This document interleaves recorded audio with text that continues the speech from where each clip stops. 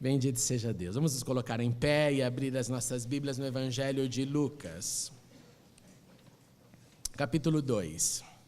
Nós vamos ler do verso 29 ao verso 32, que diz assim: Ó soberano, como prometeste, agora podes despedir em paz o teu servo, pois os meus olhos já viram a tua salvação, que preparaste à vista de todos os povos, luz para a revelação aos gentios e para a glória de Israel, teu povo. Continue conosco, Senhor, e continue também com as nossas crianças neste domingo especial, que elas retornam para ouvir as boas novas. Assim como já oramos lá com eles nesta manhã, nós agora como igreja oramos, Senhor, pedindo a tua bênção, para que todo pequenino seja, Senhor, transformado em discípulos do Senhor Jesus. Então, dada a tua bênção sobre eles, sobre cada voluntário e sobre todos aqueles que o Senhor já está chamando. E que possamos ver, Senhor, grandes avanços nas nossas crianças para a tua glória. E agora, Senhor, continue falando conosco, nos preparando para o memorial da ceia. Pois aqui permanecemos na tua doce e santa presença e oramos em nome de Jesus. Amém e amém. Podei-vos assentar. Tendo passado 40 dias após a celebração do Natal, cristãos desde o século IV têm relembrado com carinho especial a apresentação de Jesus no templo. Inclusive, esta apresentação de Jesus no templo é uma das celebrações mais antigas da história da igreja que nós temos documentado como prática dos cristãos, que nós chamamos de cristãos da igreja primitiva, que se desenvolveram e chegou até o que nós somos hoje. Filhos e filhas de Deus que servem a Cristo, que imitam a Cristo, que aprendem a respeito de Cristo. Como aconteceu esta apresentação? De acordo com a lei mosaica, quando uma mulher tivesse um filho, homem, especificamente, ele deveria ser circuncidado no 8º dia. A mulher estava num estado então de impureza por 7 dias, no 8º era como se ela ganhasse uma emancipação, então ela poderia fazer o rito com seu marido, obviamente, da circuncisão, e aí se passavam mais 33 dias filho homem. A matemática disso chega a 40 dias, e era quando então ela levava o seu filho homem para ser apresentado para o sacerdote, apresentado no templo. E se fosse mulher, demoraria mais. O período de purificação para uma filha mulher era de 66 dias, então fazia dessa matemática uma matemática um pouco maior.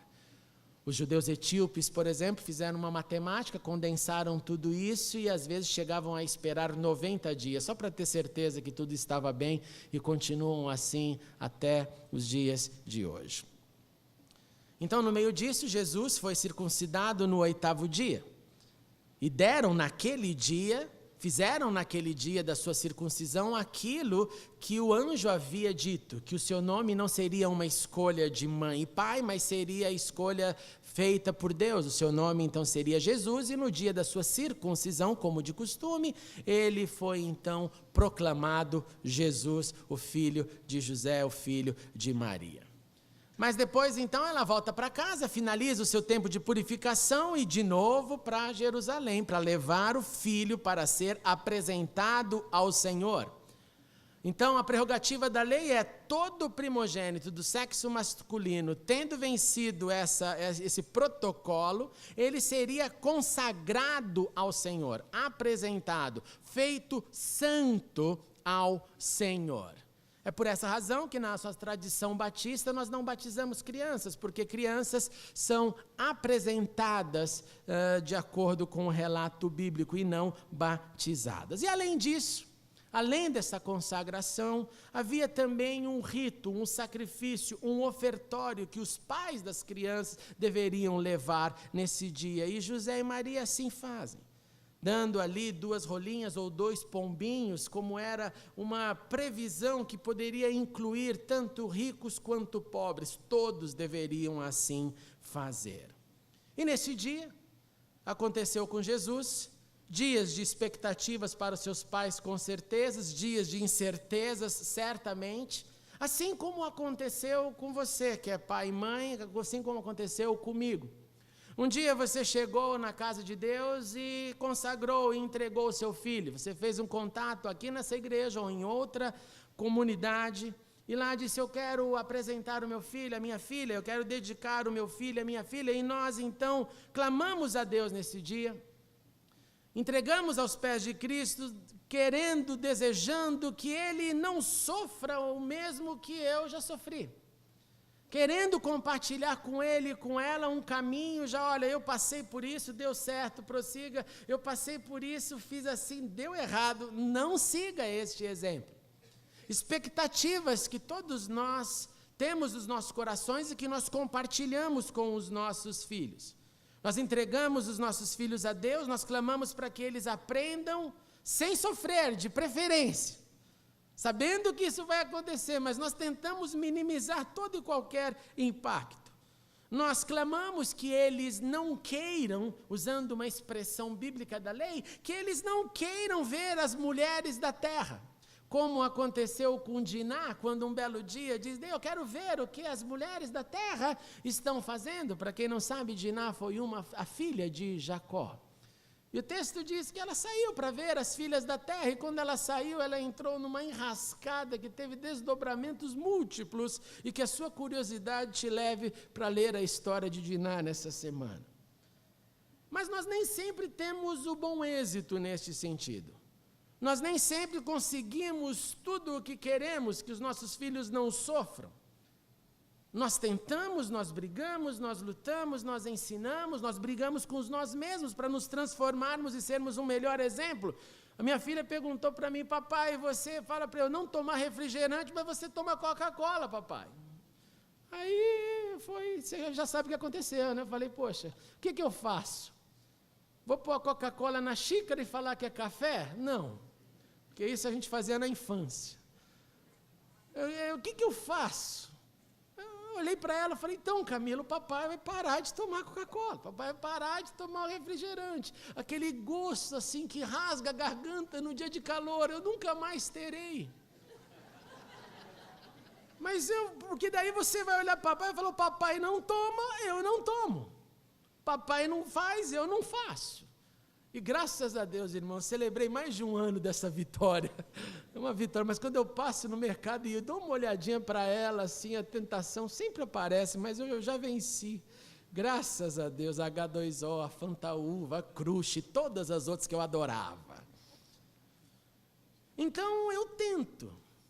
Mas eu sei que essa nova geração tem uma relativização de valores, onde cada vez mais o canto da terra cresce.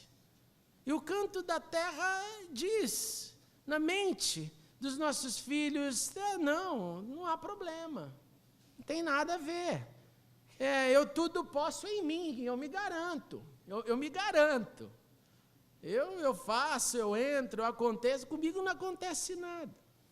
E assim continua este processo em todas as eras. Não é só hoje, não é só no momento atual. Sempre aconteceu isso. Pais, gente de fé, instrui os seus filhos, e alguns recebem com alegria e seguem no caminho, e outros dizem: não quero agora. E aí dá-lhe joelho no chão, dizendo: Senhor, tem misericórdia, e vamos nesse processo até quando? Até o último suspiro, porque não desistimos dos filhos que amamos. José e Maria, então, tinham as suas expectativas. Estar ali não era simplesmente cumprir o protocolo. Estar ali era dizer: esse filho é diferente, ele não é biológico, não é filho do pai e filho da mãe, ele é filho da mãe e filho de Deus. Mas mesmo assim, é o nosso filho. Se quem cria é o pai, então José encarnou a sua missão e disse: eu sou o pai, eu vou cuidar, e fez muito bem. Jesus se tornou um carpinteiro como seu pai o era. Mas Jesus tinha uma missão diferente. A missão dele era morrer. A missão dele era dar errado para dar certo, porque morte de cruz não deve ser certo para ninguém, mas para Jesus era. Então, dar certo para ele seria sofrer, ser torturado, vivenciar tudo aquilo, e depois do choro, e depois da morte, e depois viria a ressurreição, e aí ele teria cumprido o seu papel, e assim ele o fez. Nós clamamos para os nossos filhos que eles cumpram uma missão, não uma missão de morrer na cruz, mas a missão de viver com significado, pois a causa da nossa fé nos dá significado, sim, para viver, e se precisar morrer pela nossa fé, que assim seja, pois a nossa fé nos leva para aquilo que salvou, que redimiu a nossa alma, de modo que eu e você não temos mais medo da morte, pois sabemos para onde iremos. E aí então vem a pergunta: o que será que os seus pais clamaram por você uma vez que você e eu clamamos por nossos filhos? Você consegue se lembrar do que eles desejaram para você? E aqui, obviamente, aqueles que vieram numa família, de um berço cristão, vão ter grandes memórias, grandes lembranças. O que eles desejaram? O que eles pintaram de quadro para a sua vida espiritual? O que eles desejaram no dia que talvez eles foram consagrar você no altar? Quando nossos filhos nasceram, nós estávamos na Inglaterra, nós estávamos sem a família por perto, e então demoramos até ir à igreja. E eu lembro da minha mãe toda: mas você não levou ainda, você não apresentou ainda, parecia circuncisão, você tem que fazer isso. Mãe, é que nós estamos nos adequando àquele desespero de lidar ainda com a chupeta cala a boca, né? Bota a chupeta para parar de chorar. É aquele drama que todo mundo viveu. Mas os desejos de quando apresentamos nossos filhos, eles permaneceram. Quando André nasceu, eu escrevi: eu me tornei mais feliz, é uma nova herança com esperança de um dia ver você crescer pelo caminho que eu cresci. Não há outro que te fará sorrir. Que os teus pés, André, te levem, os teus pés e mãos te levem para a oração, e que o santo livro te guie na iluminação. O tempo passa, eles crescem, tendo ouvido a diferença: isso é sagrado, isso é profano, isso é legal, isso não é legal, isso vale a pena, isso não, isso eu fiz deu certo, isso eu fiz deu errado. Mas as preferências, em muitos sentidos, vão ser afetadas, e são afetadas pelo canto da terra, pela normalidade da terra. Agora, a normalidade da terra nos faz esquecer que a nossa vocação não é imitar a terra. A nossa vocação é imitar os céus. O seu chamado não é para ser igual a todos que estão lá. O seu chamado é para trazer sabor, por de acordo com as boas novas, falta sal, falta tempero, falta luz. E eu e você somos chamados para sermos estes recipientes de tudo isso, e não sermos o eco da sociedade, mas sermos o eco de Deus na sociedade. De sermos as vozes proféticas lá, e não as vozes proféticas que gritam o canto da terra, mas as vozes proféticas que gritam o grito e clamor de Deus. Assim foram com os profetas, assim foram com os discípulos, assim foram com os apóstolos, assim foi com a igreja de Cristo, assim é que o cristianismo viveu e continua vivo quase 2000 anos depois. E quando então acontece a antítese disso, é quando eu me abro os meus sentidos para todo o lixo do canto da terra. E aquela linda palavra paulina que diz: todas as coisas me são lícitas, sim, mas nem todas as coisas convêm. Todas as coisas me são lícitas, mas nem todas as coisas edificam. Então, se elas não edificam, eu digo um tremendo não para elas, mesmo se minha carne dizer: parece que ia ser legal. Todas as coisas me são lícitas, mas eu não me deixarei dominar por nenhuma delas, porque a minha vocação não é o canto da terra, a minha vocação é o grito que ecoa de salvação de Deus. Se não for assim, como disse, fantasmas entrarão pelos nossos sentidos, tomarão lugar em nossas mentes e poderão fazer grandes moradas.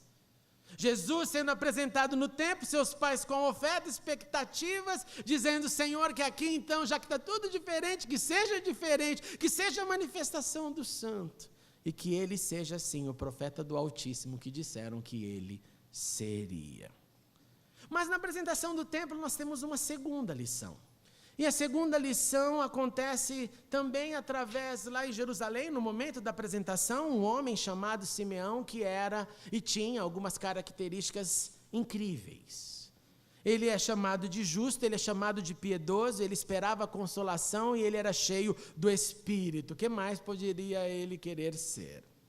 Ele tinha um porquê viver, e entre muitos outros porquês e outras áreas da sua vida, foi revelado a ele que ele não morreria antes de ver Cristo, o Senhor. É mais ou menos assim, meus irmãos e irmãs, é como se Deus falasse para você: você não vai morrer antes de ver, e você vai morrer, antes de morrer você vai presenciar o arrebatamento ou a volta de Cristo. Algo monumental. Pois centenas de anos já haviam passado. Só Isaías são 600 anos de proclamação messiânica. Então vai vir e de repente um homem recebe essa revelação. É o único que a Bíblia nos comunica, que Deus falou para ele que ele viria a salvação encarnada. Movido pelo Espírito, porque como disse, ele era cheio do Espírito, ele foi ao templo. E ele foi ao templo porque tinha um encontro que o Espírito Santo havia ali preparado. O encontro seria finalmente hoje. Simeão, você vai ver o cumprimento da promessa. Ele entende, ele discerne e ele vai. Chegando lá, ele encontra com a cena, a apresentação de Jesus. Ele está lá vendo pai José, mãe Maria, e ele então toma essa criança nos braços e diz aquilo que nós lemos: ó soberano, como prometestes, agora podes despedir em paz o teu servo, pois meus olhos já viram a tua salvação, que preparaste à vista de todos os povos, luz para a revelação aos gentios e para a glória de Israel, teu povo. Eu acho que se fosse eu diria: Senhor, eu vi, bendito é teu nome, mas multiplica os meus dias sobre a terra. Deixa eu ver um pouquinho mais, deixa eu vê-lo crescer, Senhor. Deixa eu vê-lo como rei. Eu ia fazer alguma barganha. Mas ele fala: eu já posso morrer. Missão cumprida, Deus cumpriu a sua promessa. Eu vivi com essa promessa, eu vivi na espera, o Senhor cumpriu a sua palavra, aleluia. E José e Maria, uma vez mais admirados com esse filho, que nasce pela intervenção do Espírito, por esse filho que quando nasce vem pastor, vem magos, vem gente, e agora nesse momento de apresentação vem mais pessoas que já esperavam, que estão ali no encontro. E Simeão abençoa o casal e ainda tem que dizer palavras duras para Maria: este menino, seu filho, que você tem todas as expectativas, está destinado a causar a queda e o surgimento de muitos em Israel e a ser um sinal de contradição, de modo que o pensamento de muitos corações será revelado. E termina com uma palavra que terrível: quanto a você, uma espada atravessará a sua alma. Eu tenho certeza que ela não precisou nem pedir a exegese disso, ela entendeu: vai ficar pior. Vai ficar pior a situação. Que coisa difícil para uma mãe ouvir. Você que nasceu num lar cristão, lembre-se nesta manhã o que os seus pais te ensinaram, o que eles desejaram para você. Lembre-se do investimento deles. Lembre-se das idas e vindas. Seja no ônibus, no carro, na carroça, onde foi, lembre-se do que eles plantaram na sua vida. E continuemos a missão de instruir as próximas gerações. Como na poesia do Jorge Camargo, o que ouvimos e aprendemos, o que nos contaram nossos pais, não encobriremos aos nossos filhos, contaremos às vindouras gerações os louvores do Senhor, o seu poder e as maravilhas que fez. Parafraseando o Salmo 78, veio essa poesia. Você, filho, que ainda está longe da ideia de quando eu terei o meu filho, os nossos filhos, para então entrar nesse mundo maravilhoso das preocupações e responsabilidades e expectativas. Você, filho, você, filha, escute, seja sábio, pondere, lembre-se que quem te fala é quem mais te ama. Lembre-se que quem te fala já viveu mais do que você. E aqui eu incluo, inclusive, os maiores, como eu e você adulto, que ainda tem a dádiva de ter seus pais vivos. Aprendamos com Simeão. Este personagem nos inspira a viver uma vida de, primeiro, retidão pública. Ninguém pode ser reto aos seus olhos. Retidão é pública. É alguém que fala que você é íntegro. É alguém que atesta a minha retidão ou a sua. Simeão nos inspira a ter uma piedade reconhecida. Reconhecida por quem a minha devoção, o meu amor tocou, a minha compaixão, e eu recebo a alegria do sorriso de quem eu pude tocar. Como você vai fazer essa semana, quando você colocar esse alimento, você vai demonstrar piedade, compaixão e amor. Simeão nos inspira a esperar. Esperar é chato pra caramba. Se você gosta, você é um herói da fé. Eu não sou. Porque esperar é terrível. Eu sou mais do quem sabe faz a hora, não espera acontecer. Mas tem tantas coisas que não dá para fazer hora nenhuma. Que só me cabe, só me resta esperar. Ele é modelo de quem espera, esperou por ver a redenção. Eu acho que ele não deve ter falado com muita gente isso, porque eu acho que as pessoas não iriam acreditar nele. Você sabia que Deus falou para mim que eu vou ver o Messias de Israel antes de morrer? Meu Deus, como soaria isso orgulhoso e tudo mais. Eu acho que ele engoliu a seco por muitos anos. Eu tenho essa promessa. Um dia eu vejo, um dia eu verei. Ele nos ensina a esperar, ele nos ensina que sim, o Senhor é fiel para cumprir a sua palavra. Ele não é homem para que minta, bendito seja o nome dele. E por último, ele nos ensina que existe uma possibilidade para todos, não para seres especiais, mas para todos. Viverem uma vida cheios do Espírito Santo. E na presença do Espírito Santo ouvir, é hora de ir, é hora de não ir, é isso pode fazer, isso não pode fazer, isso deve, isso só amanhã. Cheios do Espírito, guiados pelo Espírito, como o Espírito o dirigiu a se encontrar com Jesus. Nesta manhã, olhe para a sua retidão, para a sua piedade, olhe para a sua paciência, sua ansiedade. Olhe para a sua busca deste Espírito disponível, pois assim como fomos tocados nesta manhã no louvor, o Espírito quer nos guiar por todos os momentos, por todos os dias, diante das alegrias e das aflições, e que sejamos um povo cheio do Espírito, vendo as promessas de Deus se cumprirem em nossas vidas. Vamos ficar em pé e orar. Sim, Senhor.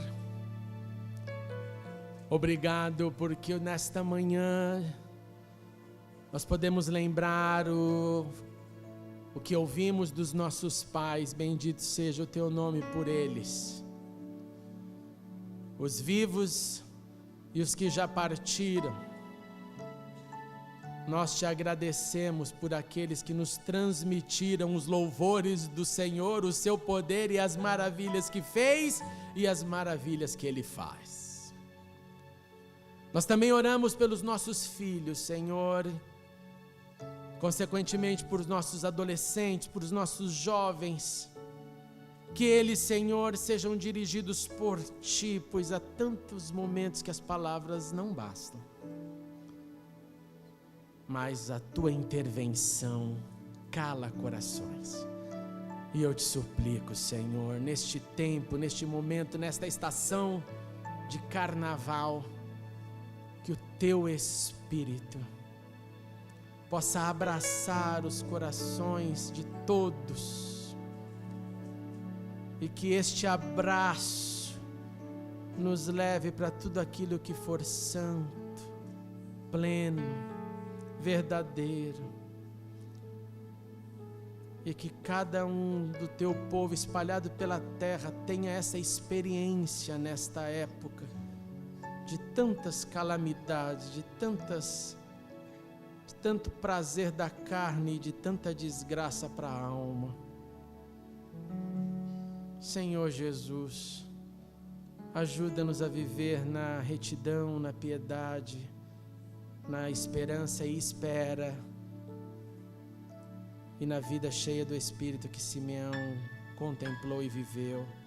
Faz isso em nós e faz-nos confiar de que o Senhor tem os seus planos de amor, de resgate, não só de nós, mas também dos nossos filhos. Que seja assim, Pai. Levanta-nos hoje com ânimo, com alegria, pois esta é a nossa força, e com senso e desejo de continuar a missão de proclamar o que Deus é. Em nome de Jesus. Amém e amém. Você pode se assentar.